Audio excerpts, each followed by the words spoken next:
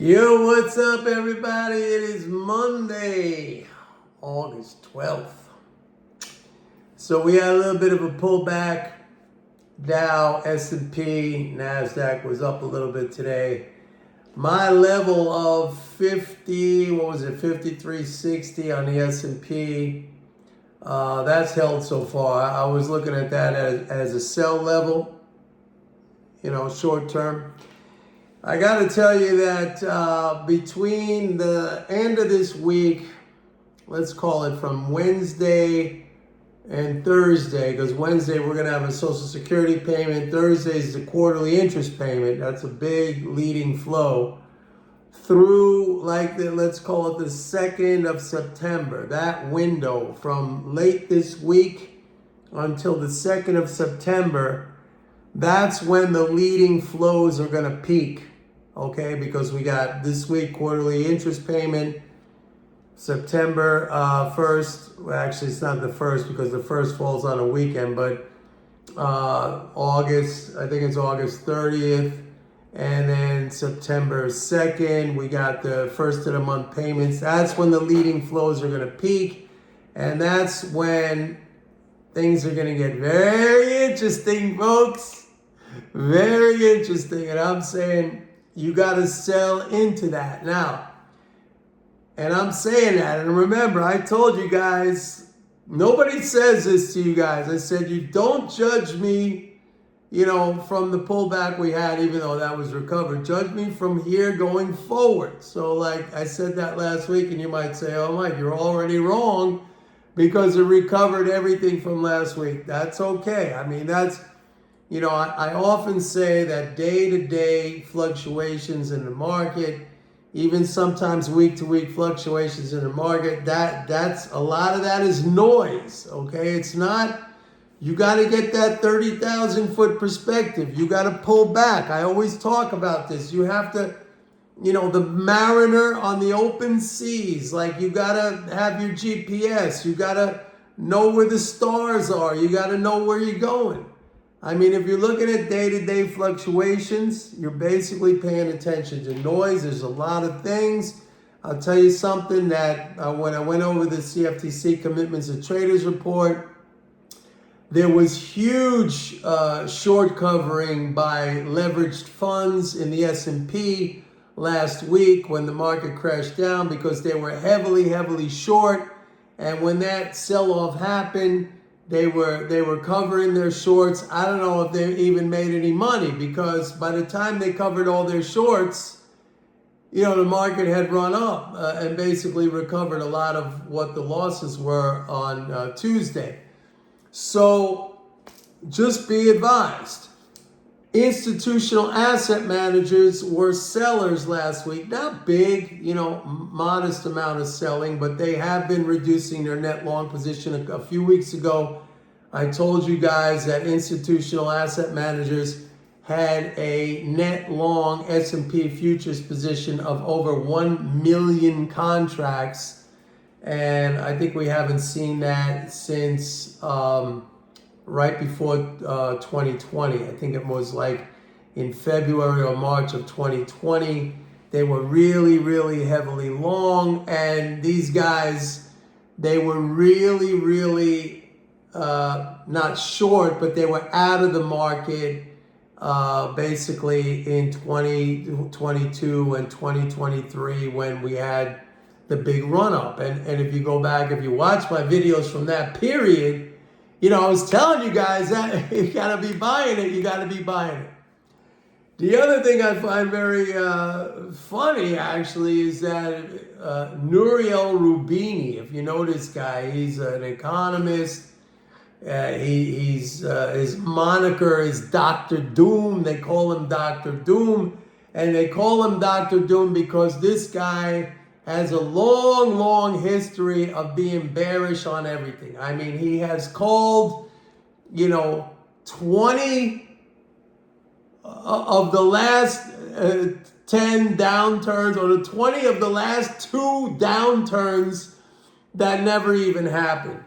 And now all of a sudden, and not just downturns, like this guy has been predicting doom and gloom and recession and depression and market crash for as far back as I can remember. That's why he got that nickname, Dr. Doom.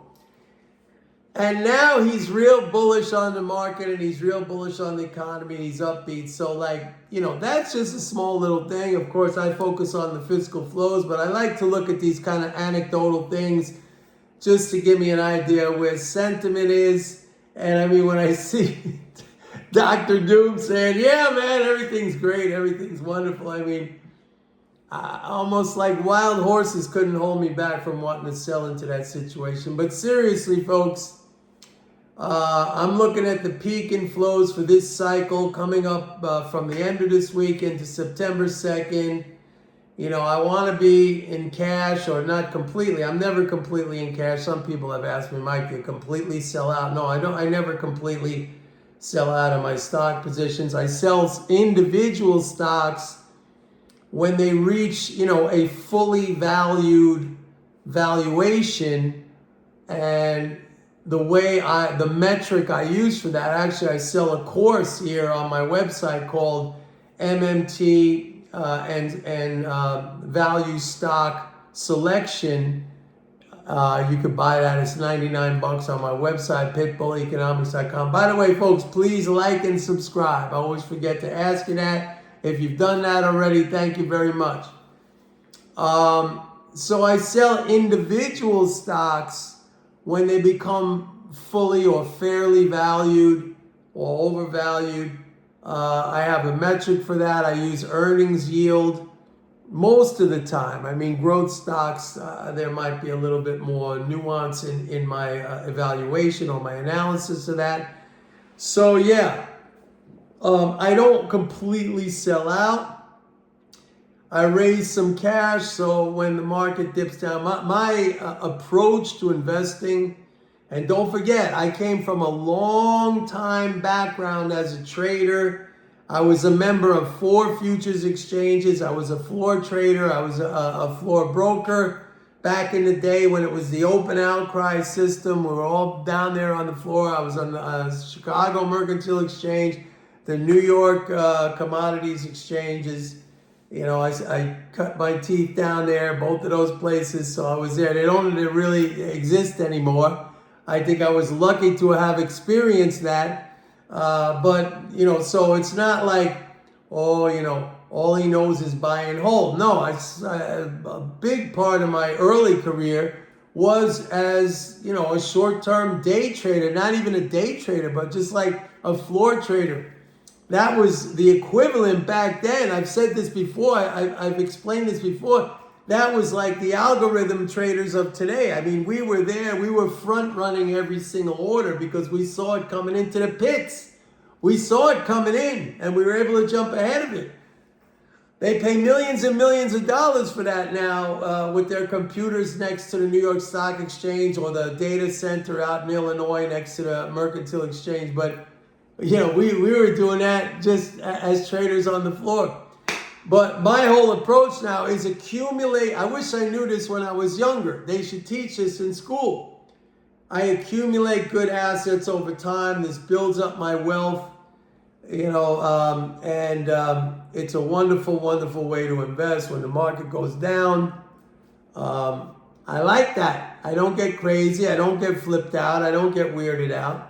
Actually, I'm more, in that state of mind right now, not flipped out or weirded out, but I'm just saying, like, when things are going up, and I'm starting to see some deterioration in the fiscal, not a lot. Look, the leading flows are still very strong, but I have been patient and waiting for a pullback, and we'll see what happens. So, short update today. Fiscal flows will peak from later this week into September 2nd. I'm raising cash into that. If you're more trading oriented, there are inverse ETFs. There's puts you can buy as the market goes up. I think we could have a strong week this week as these flows hit. You get a Social Security payment on Wednesday. You get a quarterly interest payment on Thursday. let me mention one thing, and this is kind of outside the realm of what I focus on, but it's been popping up in news items, this and that. A possible attack by Iran on Israel. There's a Jewish holiday that starts, I believe, tonight. It's a fasting thing where it's like 24 hours, and so I think people in Israel, they're preparing or whatever. The U.S. has sent a carrier group there, but it is not in place at this time. I don't know. I don't do geopolitics. I'm just saying that's a potential. If that happens, it could trigger some selling.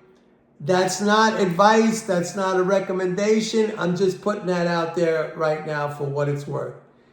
Anyway, thank you for watching the video. Please like and subscribe if you choose.